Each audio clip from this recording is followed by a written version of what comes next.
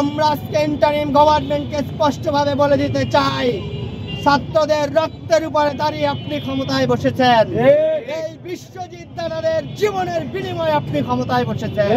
সুতরাং সর্বপ্রথম আপনার কাজ হইল এই খুনিদের বিচার নিশ্চিত করা। যদি আপনারা খুনিদের বিচার নিশ্চিত না করেন, তাহলে আপনাদের বিচার নিশ্চিত করার জন্য নতুন প্রজন্ম তৈরি হবে ইনশাআল্লাহ। আউযু বিল্লাহি মিনাশ শাইতানির রাজিম। বিসমিল্লাহির রহমানির রহিম।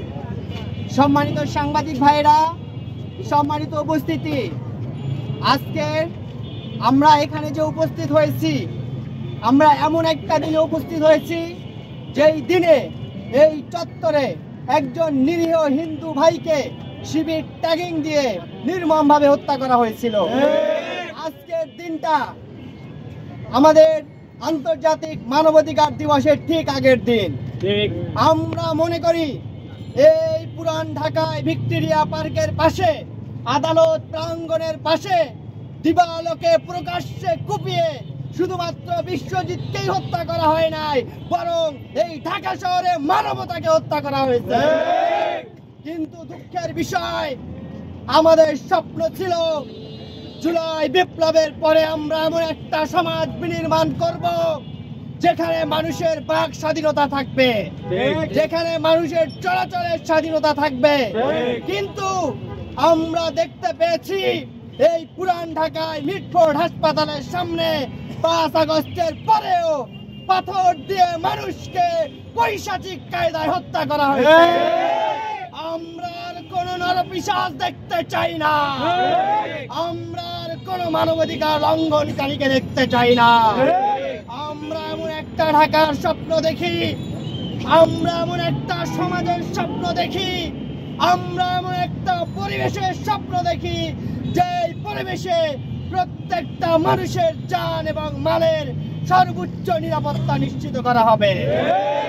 আমরা এমন একটা সমাজের স্বপ্ন দেখি যে সমাজে একজন ব্যবসায়ী তার ব্যবসায়ী টাকা পয়সা নিয়ে সেই সুন্দরবন থেকে শুরু করে পায়ে হেঁটে রাতের অন্ধকারে বাংলা বান্ধা পর্যন্ত যাবে, কিন্তু তার সম্পদে কেউ আত্মসাৎ করতে আসবে না।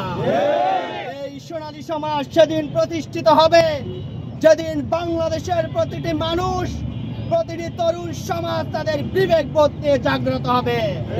সম্মানিত সাংবাদিক ভাইরা, আপনাদের মাধ্যমে আমরা আজকে ইন্টারিম গভর্নমেন্টকে স্পষ্টভাবে বলে দিতে চাই, ছাত্রদের রক্তের উপরে দাঁড়িয়ে আপনি ক্ষমতায় বসেছেন। এই বিশ্বজিৎ দাদাদের জীবনের বিনিময়ে আপনি ক্ষমতায় বসেছেন। সুতরাং সর্বপ্রথম আপনার কাজ হইল এই খুনিদের বিচার নিশ্চিত করা। যদি আপনারা খুনিদের বিচার নিশ্চিত না করেন, তাহলে আপনাদের বিচার নিশ্চিত করার জন্য নতুন প্রজন্ম তৈরি হবে ইনশাআল্লাহ। আমরা আমাদের বক্তব্য বেশি দীর্ঘায়িত করব না, আমাদের মেসেজ স্পষ্ট। আজ বিশ্ব মানবাধিকার দিবসের আগের দিন দাঁড়িয়ে আমরা বলতে চাই, আমরা চাই না কোনো মানবাধিকারের লঙ্ঘন হোক, কোনো হত্যাকাণ্ড ঘটুক। মিডিয়ার ভাইদের প্রতি আমাদের বিনীতভাবে অনুরোধ থাকবে, শুধুমাত্র শিবিরের সভাপতি হিসেবে নয়, ছাত্র সংসদের একজন ভিপি প্রার্থী হিসেবে মিডিয়ার ভাইদের কাছে অনুরোধ করি, আপনারা কোনো ব্যক্তি কিংবা কোনো কোম্পানি কিংবা কোনো গ্রুপের মিডিয়া নয়, আপনারা জাতির বিবেক, আপনারা মানুষের কণ্ঠস্বর, আপনারা মজলুম মানবতার আশ্রয়স্থল। সুতরাং যে জুলুম করবে, জালিমের বিপক্ষে আপনার সর্বশক্তি নিয়ে দাঁড়াবেন ইনশাআল্লাহ। যদি আপনারা সহযোগিতা করেন, আমরা জাগ্রত হই, মানুষের বিবেক জাগ্রত হয়, তাহলে কেবলমাত্র এই সমাজকে সন্ত্রাস মুক্ত একটি সমাজ প্রতিষ্ঠা করা সম্ভব হবে।